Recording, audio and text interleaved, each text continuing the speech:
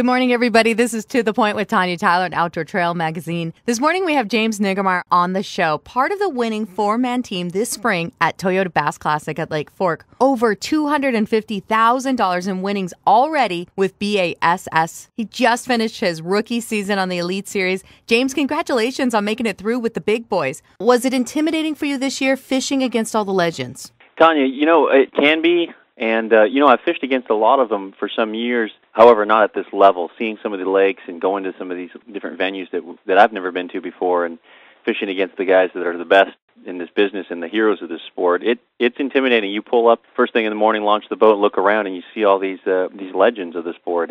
It can really get into your head. Now, were there any guys who took you under their wing and kind of helped you out this year? Denny Brower was really helpful. He was really open with things about the business side, and as well as just with the fishing. Mark Menendez, he was great, and there were other guys. Takahiro's been a friend of mine for a while, and I've been running with Ben Mitsubu, which he's fished the tour before it became the Elites, and so these guys were all really good at helping me, and Marty Stone was instrumental in a lot of advice that I needed at times.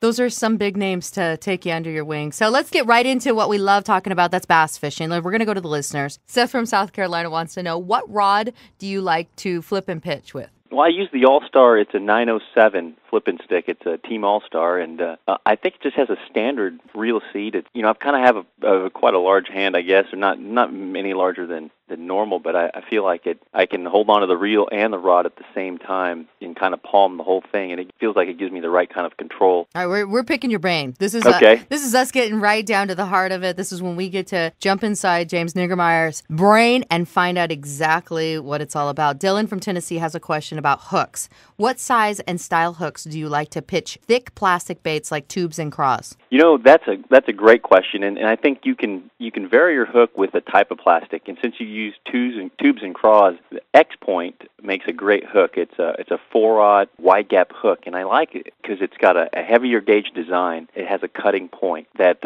offset wide gap will hold the tubes in place a lot better than, say, a offset round bend or even a straight shank. That X-Point hook there it's called an X-Point X-Gap hook. It's a high-quality hook, and it penetrates really fast and easy. It's the best hook for fishing a tube, I believe. Blake from Kentucky wants to know what your favorite color and size lipless crankbait is. It depends on the time of year, but I would have to say in the springtime it would be a crawfish red-colored one, or in the fall it would probably be like a chrome blue, like a diamond shad, or they have a new one by Strike King that's a red-eye shad, and that either the chrome and blue if you're focusing on bait fish, and then a crawfish red if it's early spring when they're eating those crawdads, and those are probably my two favorite.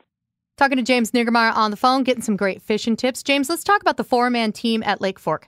Andrew from Ohio asks, did you like the four-man team, and did you learn anything from the other guys? Absolutely.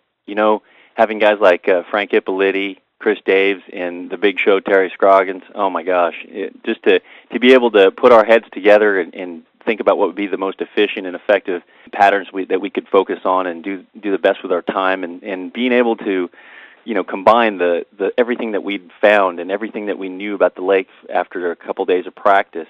Terry Scroggins had showed me some stuff. I didn't realize he really likes to structure fish, and he taught me some stuff, and I learned a lot from him, and it was wonderful. We really hit it off, and it was a real relaxed atmosphere, which was wonderful. Now, Lake Fork was your stomping grounds, James, because you were a guide for many years on that. Do you think that had an advantage in that tournament? I would definitely say it gave me an advantage because I'd seen so much of the lake. I think that's probably one of the tough things about fishing the Elite Series and going to some of these lakes for the first time is you don't know what's around the corner.